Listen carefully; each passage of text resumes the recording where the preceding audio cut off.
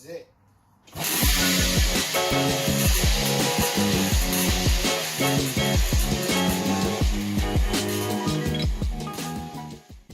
How's it going, guys? My name is Lyndon, here at the Power of the Schwartz YouTube channel. I'm going to start a video series working on my YZ490. It's a 1983.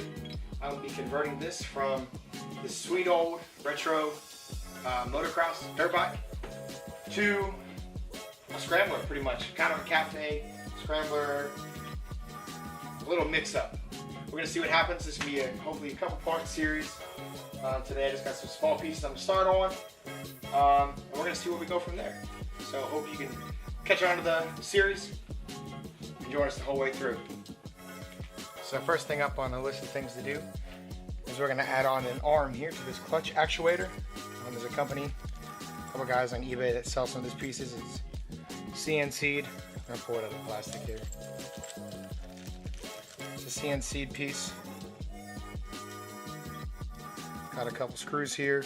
Currently there's a rivet that holds the clutch cable onto the arm, but we're going to add this on. It'll have two little screws, so the cable will connect here, and it'll give that's about an inch of length.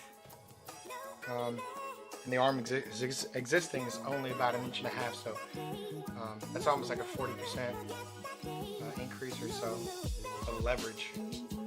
So it should make the clutch a lot smoother, a lot easier to engage. Let's get right to that.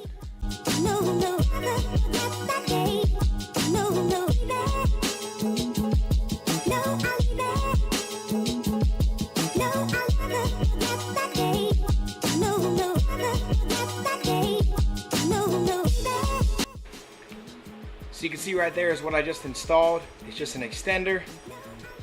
Bolts right on to the end of the clutch arm, brings that about another inch.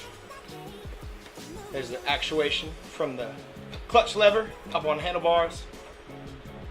A little bit easier to pull. It's gonna be a lot better for longer rides on the bike. So now we're gonna work on getting this front sprocket off. I'm gonna try and push back this little metal washer.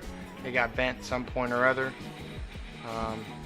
So I'm gonna see if I can fold this up a little bit out of the way and then take off this sprocket.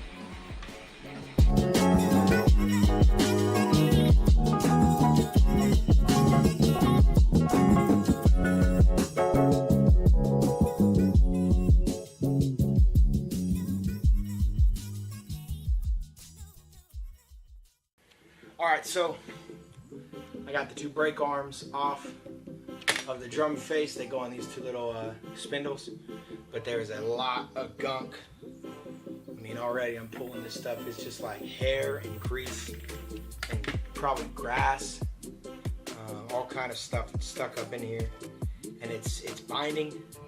It's not allowing the brakes to respring.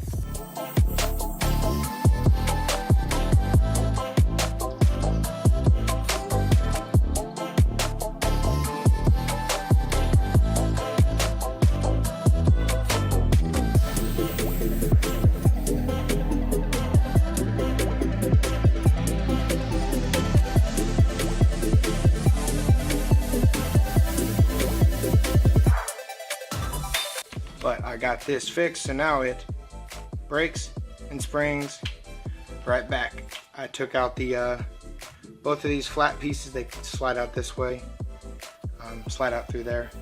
And I cleaned out some of the grit. There's a lot of grit, dirt, sand, all kind of junk in there. Cleaned them out, and then I greased them. I have some, universal grease. Grease is grease is grease. For these intensive purposes. Now, I know some things need specific greases, but so now my front brakes work and they spring back, so that's sweet. I just took out my my new front tires and my new back tires and the front and back rim and all the tubes. I'm taking those tomorrow. I'm not going to mess with them. I'm gonna let the professional do that and balance them and set them up, so I know that'll be done right. But lastly tonight, and lastly for this first episode, I'm going to put the new exhaust gasket on. Because once I do that, I shouldn't have to take off that front pipe. It's got a little dent in it, but I don't think I'm going to mess with it. It has a little character, but it still looks pretty good.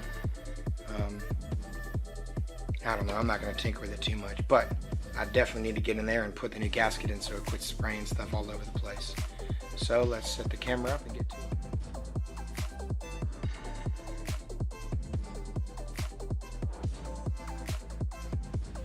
Alright, so I don't think that's going to be the end of this first video. I did a lot of different things. I still got a lot to do. Coming up stuff, we're going to look into lowering the shocks. I think I'm just going to loosen them and bring them up about an inch. I got to do some more looking into that. But I'm going to be swapping the tank out for an unknown tank at the moment. I haven't really figured out yet, but stay tuned to see that. I'll be building a custom seat, probably extending the frame rail just a little bit to hold the custom seat. I should be getting a new silencer here in a couple days. The new tires should be back in about 2 days. I'm going to build a custom fender from, or cut up, repurpose a fender more like. Redo the handlebars. Probably keep the old controls, but I'm going to put new grips on it. Redo the foot pegs with some motorcycle foot pegs instead of having dirt bike foot pegs. A little more comfort.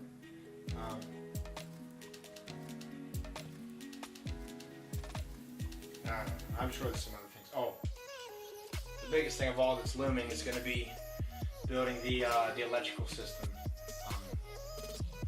Got to get a new stator to produce about 85 watts of power. And I've still got to pick my headlight. I think I know the tail light I'm going to go with, and then wire everything together. I think I'm just going to hardwire it, so it'll always be on when the bike is running. I was doing some stuff, and it seems that I won't have to. So I think that concludes it for today. We got a whole lot done on the bike. Right there it is. We got a whole lot done on the bike. We got a whole lot left to do. So I hope you stay tuned right here in the Power of the Schwartz channel. That's me. My name is Lyndon, and thanks for joining me as I build through this YZ490, the first of its kind.